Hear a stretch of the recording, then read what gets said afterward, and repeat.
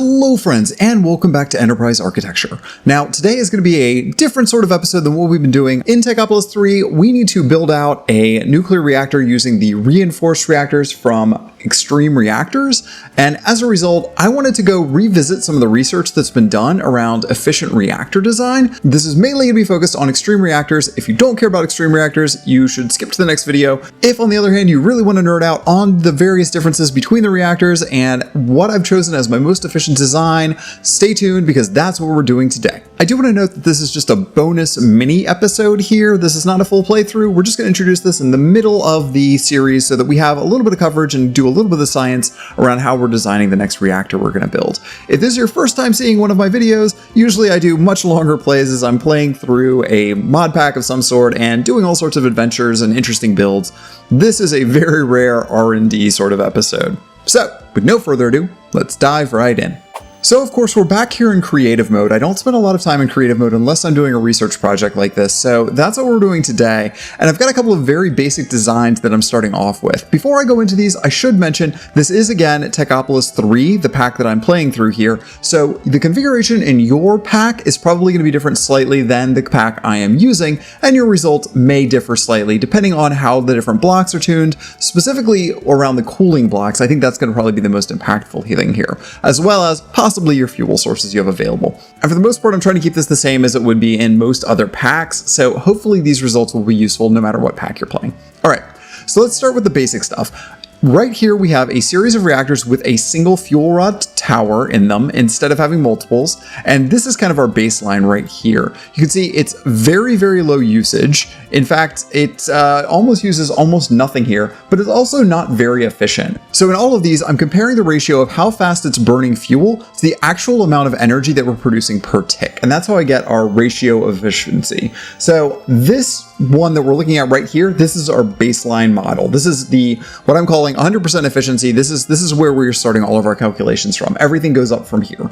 So this one is not especially efficient. If we start making these a little bit taller here, you'll see it gets a little bit more efficient from there, but the energy that's produced isn't significantly different here as I'm adding 2 blocks tall each time here. So we have one here that is 5 blocks, one that's 7 blocks, one that's 9 blocks, and we're not seeing a dramatic increase in the amount of power or efficiency that we're getting out of that. When we turn these on, it's still relatively low in the grand scheme of things. From there, I started trying to make these wider so that there's actual more spacing in here just to see the effect of having more air inside of it. It turns out more air inside of it doesn't really actually change much of anything from a statistical standpoint. This does start to get really interesting when you start adding actual coolant blocks in, but just the size of the reactor and width doesn't dramatically change everything with just using air as your coolant. Where this starts to get more interesting is when you start adding more rods into the mix. And historical wisdom, if you watch most of the other videos about it, they're going to tell you to do a checkerboard pattern. This is generally thought to be the most efficient pattern. Spoiler alert, I don't think it is the most efficient pattern at the end of the day. It's a useful pattern, it's easy to remember, but I think we've come up with a better one. So this is what I've done here for all of these. I've done different types of checkerboards and other designs. In this case, I have a checkerboard and I just gave a gap around it. In the next few cases, that's the case. We're just increasing the size of the actual reactor, but the same 3x3 of checkerboard in the middle. Those are all about relatively on par for efficiency here. So moving on to this cross pattern here, this is actually not quite as efficient as the checkerboard. There are some older videos that say that you want to have your fuel rods bundled close together because they'll irradiate each other and you'll get a better result out of that. And that just really didn't play out for me. It actually seems to get more power out of the checkerboard pattern and the efficiency is much, much higher. Similarly, trying even more interesting things here, the square pattern here, I also didn't see that the efficiency went up significantly from that. Although we did actually get more power out of this, but it makes sense we get more power out of this because we're using more rods. And so the actual amount of power here is increased based on the number of rods. Similarly, having a space in the middle, somewhat improved efficiency, but at the end of the day, it's still less efficient. Now we move up to these star patterns here. Now, these are somewhat efficient, but still don't beat the overall checkerboard design that we had done before. So let's scale up the checkerboard, right? Now we're getting slightly bigger, but we're running the checkerboard all the way over to the edge here. And this again is showing that high level of efficiency. The last few that I've shown here, these checkerboard patterns, these are all somewhat above 450% efficiency if that base model that I showed, the one column, is 100% efficiency. So this is all looking pretty good at this point. Nothing especially exciting here except for to show that checkerboard is still winning out.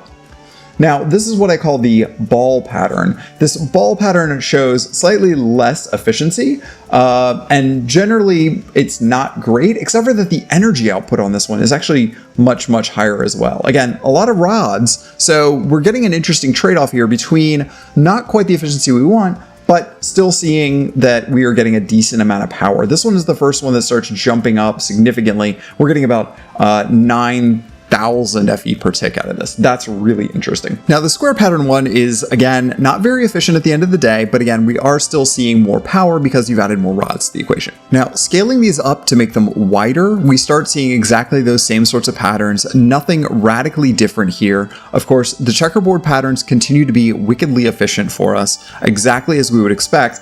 And of course, these ones that are mostly filled in all the way to the casing, these start producing a lot of power for us. Like this is when we're actually starting in these last two to get above the 24,000 FE per tick mark. That's a significant amount of power because again, a whole lot of rods. Now, once we start adding cooling blocks to the mix, things get a little bit more interesting here. So all of these first couple here are using Enderium to cool. And obviously introducing Enderium to the mix radically increases our efficiency. All of a sudden, we go to about 600% efficiency on all of these here. And that's because we're intermixing both the rods and the Enderium blocks in these checkerboard patterns. That's working really, really efficiently for us. And it turns out that that's actually the best way to do it so far. Now, when I got to this design, something interesting happened. Because we have so much Enderium in here to be able to be the coolant block, we actually get really, really good efficiency with regard to how much it's burning up. This is burning very little of the actual resource, your uranium or whatever you're powering it with. This actually has 1300% efficiency versus the baseline model. And it's also producing a very hefty 1600 FE per tick. That's not nearly as good as the checkerboard designs that are nearby, but it's still doing a really good job. And this made me start thinking about the trade-off between coolant blocks, having a little bit more space, and whether or not you want maximum efficiency or maximum power output, and finding that healthy balance. So that led me to a few more designs here. And of these, I started introducing more and more gaps so that we could put more and more Enderium in. And all of these turned out to be pretty efficient. And that eventually led me to these designs here, which combined the two. And this is kind of where I've landed as I think the best happy medium as far as trade-off of resources, energy efficiency, and also power output.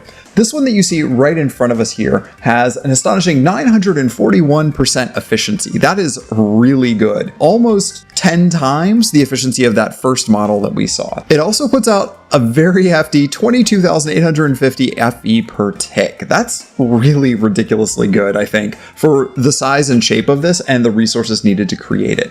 Now, interestingly, the one behind it that's significantly taller, that's 9 blocks tall versus the 5 blocks tall version here. That one has significantly diminished efficiency. Like that gets still better than the checkerboard pure designs. It's still at a 760, which is a little bit better than those that are in the 600 range. But the power output here is only 42,850. That's really not that great compared to the one that's immediately in front of us, the shorter one.